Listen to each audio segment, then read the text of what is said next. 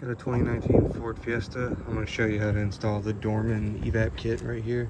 Comes with this and these press-in fittings. We'll be replacing this purge valve right here. First thing first, just disconnect it.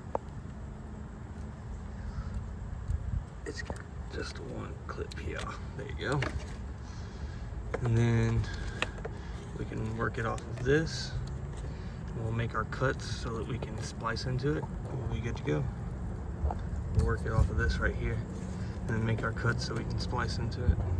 As you see, we got it cut out, and then this fitting just slides on and it clicks into place. So you do them on both sides and you can put your purge valve in. You just take it, slide it on the end, and you'll be good to go. Slide it on until it clicks. There you go. It's installed just like that. Quick and easy.